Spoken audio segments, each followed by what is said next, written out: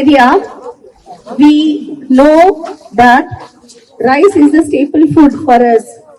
So what sir feels special is, you all kids, you are just like an incarnation of God, the blessings for the mother earth. That's why sir always insists that the 10th standard students who are going out, they should get this privilege of knowing earth, the nature very close. ಒಂದು ಮಾತಿದೆ, ಕೃಷಿತೋ ನಾಸ್ತಿ ದುರ್ಭಿಕ್ಷಂ ಅಂತ. ಯಾರು ಕೃಷಿ ಮಾಡ್ತಾನ, ಕೃಷಿ ಅಂದ್ರೆ ಏನು? ಭೂಮಿಯನ್ನು ನಾವು ಒತ್ತು ಅದರಲ್ಲಿ ಬೆಳೆಯುವುದು, ಆ ಬೆಳೆಯನ್ನು ಲೋಕಕ್ಕೆ ಸಮರ್ಪಣೆ ಮಾಡಿದ್ದು. ನಾನೀಗ ಒಂದು ಗದ್ದೆ ಮಾಡಿದರೆ ನನಗೊಬ್ಬನಿಗೆ ಊಟ ಮಾಡ್ಲಿಕ್ಕೆ ಲೋಕಕ್ಕಾಗಿ, ನಾವು ಲೋಕ ಕಲ್ಯಾಣಕ್ಕಾಗಿ ಒಂದು ಗದ್ದೆಯನ್ನು, ಕೃಷಿಯನ್ನು, ಅದರೊಟ್ಟಿಗೆ ನಮ್ಮ ಸಂಸಾರವನ್ನು ಮಾಡ್ತೇವೆ. ನಮಗೆ ಎಷ್ಟೋ ಪಿಜ್ಜಾ ಬರ್ಗರ್ ಇರಲಿ, ಅಕ್ಕಿ ಅನ್ನ ಎಲ್ಲ ಬರುವುದು, ಗೋಧಿ ಎಲ್ಲ ಬರುವುದು ಎಲ್ಲಿಂದ? ನೆಲದಿಂದ. ಭೂಮಿಯನ್ನು ನಾವು ರಕ್ಷಣೆ ಮಾಡಬೇಕು.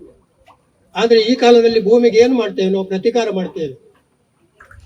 ಮೊನ್ನೆ ನೀವು ಪೇಪರ್ನಲ್ಲಿ ಓದಿರಬಹುದು, ಫ್ರಾನ್ಸಿನಲ್ಲಿ 20 ಜನ ಒಂದೇ ದಿವಸ ಸತ್ತೋದ್ರು. ಉರಿಯ ಬಿಸಿಯನ್ನು ತಾಡಲಾಗದೆ ಶಾಖ ಜಾಸ್ತಿ ಆದ್ರಿಂದ ಸತ್ತೋದ್ರೆ ಹೇಗೆ? ಇದಕ್ಕೆ ಕಾರಣ ನಾವೇ. ಹಿಮಪಾತ ಆಗ್ತದೆ, ಮತ್ತೆ ಏನು ಪರ್ವತಗಳು ಕುಸಿಯುತ್ತಿವೆ, ಜರಿಯುತ್ತಿವೆ. ಯಾಕೆ ಕಾರಣ? ಇದು ಮಾನವ ನಿರ್ಮಿತವಾದಂತಹ ದೋಷದಿಂದಾಗಿ ಈ ಪ್ರಕೃತಿಯು ಉಲ್ಬಣಾವಸ್ಥೆಗೆ ಬಂದು ಅದಕ್ಕೆ ಕೋಪ ಬಂದಾಗಿ. ಇದನ್ನು ನಂಬುವುದಿಲ್ಲ, ಸೈನ್ಸ್ ನಂಬುವುದಿಲ್ಲ, ಆದರೆ ಇದು ಅಕ್ಷರ ಸತ್ಯವಾದಂತಹ ಮಾತು. ಇಷ್ಟ ತನಕ ಗದ್ದೆಯಲ್ಲಿ ಉತ್ತಿದವರು ಯಾರಾದ್ರೂ ಇದ್ದೀರಾ? ಮನೆಯಲ್ಲಿ ಗದ್ದೆ ಇದ್ದವರು ಉತ್ತಿದವರು ಇದ್ರೆ ಕೈ ಮೇಲೆ ಮಾಡಿ.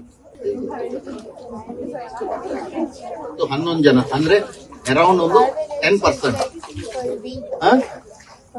ನಾನು ಇದನ್ನು ಯಾಕೆ ಮಾಡುವ ಉದ್ದೇಶ ಅಂತ ಹೇಳಿದ್ದು, 4ನೇ ವರ್ಷ ಮಾಡ್ತಿದ್ದೇನೆ. ಆವಾಗ ನೀವು 7th ಅಲ್ಲಿ ಇದ್ದಿರ್ಬೇಕು, ಎಕ್ಸೈಟ್ ಆಗಿದ್ರಿ. ನಾವು ಯಾವಾಗ 10th ಗೆ ಹೋಗ್ತೀವಿ ಅಂತ, ಈ ದಿವಸ ಯಾವಾಗ ಬರ್ತದೆ ಅಂತ ನೀವು ಹೆಚ್ಚಿನವರು 90% ಕಾಯ್ತಾ ಇದ್ರಿ. ಆ ದಿವಸ ಇವತ್ತು ಬಂದಿದೆ. ಇಲ್ಲಿ ಎಂಜಾಯ್ ಮಾಡಬೇಕು, ಅದೇ ರೀತಿ ಕಲಿಲೂಬೇಕು. ಕೃಷಿ ಹೇಗೆ ಆಗ್ತದೆ, ಭತ್ತ ಹೇಗೆ ಆಗ್ತದೆ, ಅಕ್ಕಿ ಹೇಗೆ ಆಗ್ತದೆ ಅಂತ.